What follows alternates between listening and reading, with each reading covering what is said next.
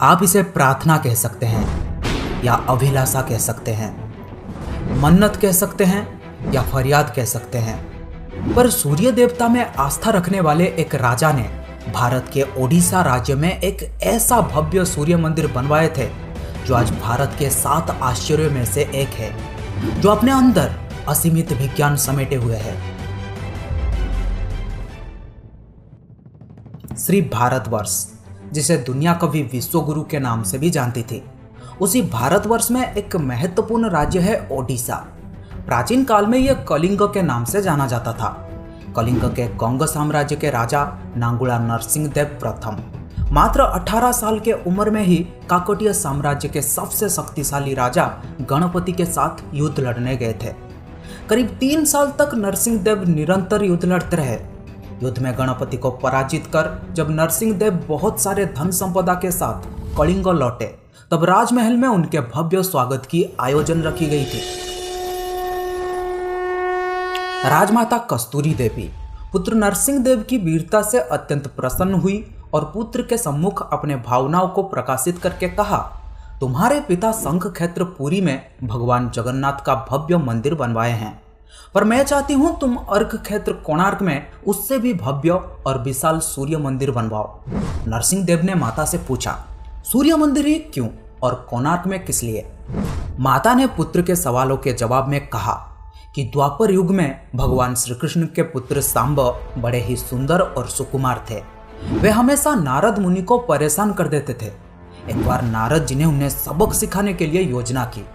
नारद जी ने सांबो के सुंदर शरीर की तारीफ करते हुए उन्हें गोपियों के साथ जल क्रीड़ा करने को उकसाया।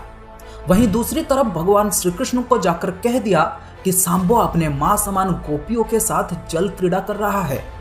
ये बात सुनकर भगवान श्री कृष्ण अत्यंत क्रोधित हो उठे और तुरंत अपने बेटे सांब को श्राप देते हुए कहा कि जिस सुंदर शरीर के लिए तुम्हारा इतना गुरूर है वो अभी नष्ट हो जाएगा। सांब को कुष्ठ रोग हो जाता है।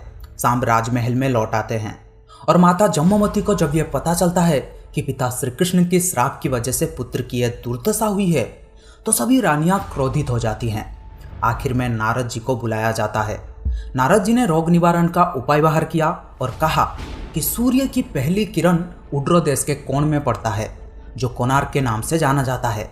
सांब को अभी जाकर सूर्य देव की आराधना करनी होगी, तभी जाकर सांब इस श्राप से मुक्ति पा सकेंगे। बहुत ही लंबी और कठिन यात्रा के बाद सांबो कोणार्क के चंद्रभागा नदी के पास पहुंचे। अन्न जल त्याग कर 12 साल कठिन तपस्या करने के बाद सूर्यदेव प्रसन्न होकर प्रकट हुए और सांब को रोग मुक्त होने का वरदान दिया। स्नान के पश्चात जब सांबो नदी से बाहर आते हैं तब वे रोग मुक्त हो चुके होते हैं और उनके हाथों में एक छोटा सा पत्थर होता है। उनके सुंदर और सुकुमार शरीर को देखकर सभी अनुचर और सेवक अत्यंत प्रसन्न थे। सांबो ने उस पत्थर को वहीं स्थापित करके एक छोटा सा मंदिर बनवाया। पर जब उन्हें पता चला कि सूर्य पूजा की विधि विधान यहाँ पर किसी को भी पता नहीं है, तब वे चिंतित हो गए और फिर से सूर्यदेव की ध्यान में बैठे। सूर्यदेव पुनर्प्रकट हुए और सांबो के पूछने पर बताए कि दूर पश्चिम के साक्य देश के मागा ब्राह्मण सूर्य पूजा की विधि विधान जानते हैं। ये बात सुनते ही सांबो साक्य देश की ओर निकल पड़े, जो आज का ईरान है। महीनों की लंबी यात्रा के बाद सांबो 18 मागा ब्राह्मण परिवारों को साथ लेकर कोणार्क लौटे और सूर्य मंदिर में पूजा शुरू हो जाती है। राजमाता कस्तूरी देवी नरसिंह देव को बतलाते हैं कि विवाह के कई सालों तक जब मैं निसंतान थी, तब मैंने भी उस सूर्य मंदिर में पूजा अर्चना की और तुम मुझे पुत्र के रूप में प्राप्त हुए। माता की बात सुनकर नरसिंह देव मां को कोणार्क में संसार का सबसे भव्य और विशाल सूर्य मंदिर बनवाने का वचन दिया। सदाशिव सामंतराय महापात्र, जो शिवे सांतराय के नाम से लोकप्रिय थे, वे अपने सहयोगी विशु महाराणा के साथ मंदिर का प्रतिरूप बनाते हैं और राजा नरसिंह देव के सम्मुख प्रस्तुत करते हैं। नरसिंह देव मंदिर का प्रतिरूप देखकर अभिभूत हो जाते हैं और शीघ्र मंदिर निर्माण कार्य आरंभ करने का आदेश देते हैं। दूर दूर से बड़े बड़े पत्थर लाए गए। मंदिर निर्माण कार्य तेजी से होने लगा। 1200 कारीगरों ने मिलकर 12 साल में एक भव्य मंदिर बनवाए, पर लाख कोशिशों के बाद भी उस विशाल मंदिर के गुंबद पर एक कलश स्थापित नहीं हो पा रहा था। जो किसी चुंबकीय पदार्थ से बना हुआ था। वहीं दूसरी तरफ राजा नरसिंह देव ने आदेश दिया कि कल रात्रि काल तक अगर कलश स्थापित नहीं हुआ तो सभी कारीगरों के सर धड़ से अलग कर दिए जाएंगे। ये बात सुनकर सभी शिल्पीकार गहरी सोच में डूब जाते हैं। आखिर करे तो करे क्या। मुख्य शिल्पीकार विशु महाराणा, घर से निकलने के वक्त उनका एक बेटा हुआ था जिसका नाम था धर्मपद और लोग उसे प्यार से धर्मा बुलाते थे। धर्मा सूर्य मंदिर के प्रतिरूप पर कलश बिठाकर प्रसन्न होता है और पिता को दिखाने के लिए माँ के पास जिद करता है। माँ अपने बागीचे के कुछ फल एक पोटली में बांध कर देती है और कहती हैं अपने कुत्ते बोड़िया को साथ लेकर कोणार्क जाओ। धर्मपद कोणार्क पहुंचता है। बोड़िया अपने मालिक को पहचान जाता है और उनसे जाकर लिपट जाता है। धर्मा अपने पिता को प्रणाम करता है और अपना परिचय देता है। सभी कारीगरों को चिंता में देखकर धर्मा इसका कारण पूछता है। कारण जानकर धर्मा अपने पिता से कहता है, आप आज्ञा देंगे तो मैं मंदिर के गुंबद पर कलश बिठा सकता हूँ। शिवेई सांतराय धर्मपद को अनुमति दे देते हैं। धर्मा गुंबद पर चढ़ जाता है और कुछ समय के प्रयत्न के पश्चात वो कलश स्थापित करने में सफल हो जाता है। गुंबद पर कलश स्थापित होते ही सूर्यदेव की भव्य प्रतिमा चुंबक के प्रभाव से हवा में झूलने लगती है। ये देखकर सभी कारीगर बहुत खुश होते हैं, पर कुछ कारीगर इस बात का खुलकर विरोध किया और कहा कि कल जब राजा को यह पता चलेगा कि जो काम 1200 कारीगर मिलकर नहीं कर पाए वो काम एक 12 साल के लड़के ने कर दिखाया तो राजा हम सभी को मृत्युदंड देंगे।